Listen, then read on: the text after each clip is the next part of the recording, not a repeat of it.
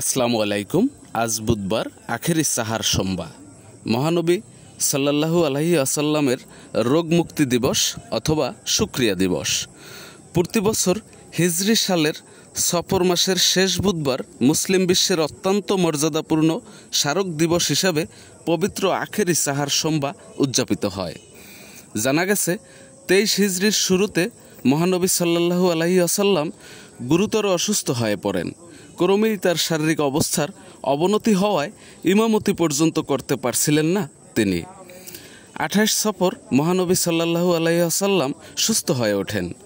দিনটি ছিল সফর মাসের শেষ বুধবার। এই দিন শেষবারের মতো গোসল করে নামাজের ইমামতি করেন তিনি। তার সুস্থতার খবরে সাহাবীরা উচ্ছ্বাসিত হয়ে হাজার হাজার স্বর্ণমুদ্রা, বহু উট ও দুম্বা দান করেন। তবে পরদিন আবার অসুস্থ হয়ে পড়েন মহানবী সাল্লাল্লাহু আলাইহি আসাল্লাম। ফার্সিতে দিনটিকে আখেরি সাহার সোমবার নামে অভিহিত করা হয়।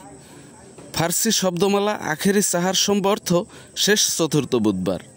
মহানবী সাল্লাল্লাহু আলাইহি সাল্লাম জীবনের শেষবারের মতো রোগমুক্তি লাভ করেন বলে দিনটিকে মুসলমানরা প্রতি বছর শুকরিয়া দিবস হিসাবেও উদযাপন করেন। তারা নফল ইবাদত বন্দেগীর মাধ্যমে দিবসটি অতিবাহিত করেন।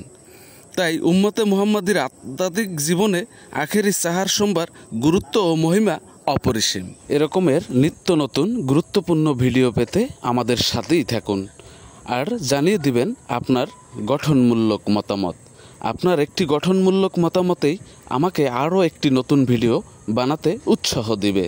তাই আজকের এ পর্যন্তই। সকলে ভালো থাকবেন, সুস্থ থাকবেন।